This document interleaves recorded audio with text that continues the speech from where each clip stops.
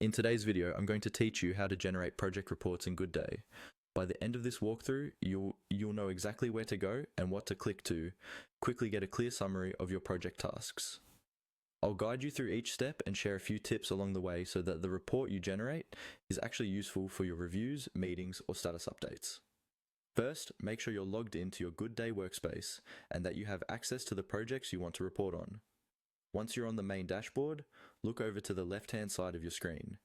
There, you'll see a menu with different sections. Find and click on the option labeled Reports. This is where all reporting features in Goodday are grouped, so you'll come back here anytime you need project insights. When the Reports area opens, you'll see any existing reports you might already have, as well as options to create new ones. To start a fresh report, click on the button that says New Report. This tells Goodday you want to build a new report configuration rather than reuse an existing one, which is helpful if your projects or reporting needs have changed. A list of report types will appear, each designed for a different purpose. For a clear overview of how work is progressing across projects, look for and click on Task Summary by Project. This particular report type groups tasks under each project, making it easier to see workload, progress, and any areas that might need attention.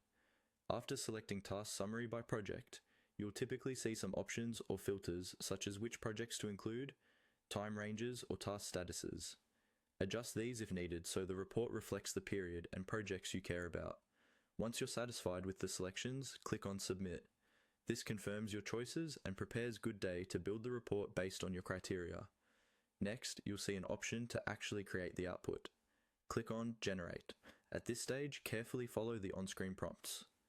Depending on your setup, Goodday may ask how you want the report to be displayed, whether you want to save it for future use, or if you'd like to export it. Take a moment to review each option so your report is formatted in the way that's most helpful, whether that's for internal analysis or sharing with your team or stakeholders. And that's it. You've successfully generated a project report in Goodday using the task summary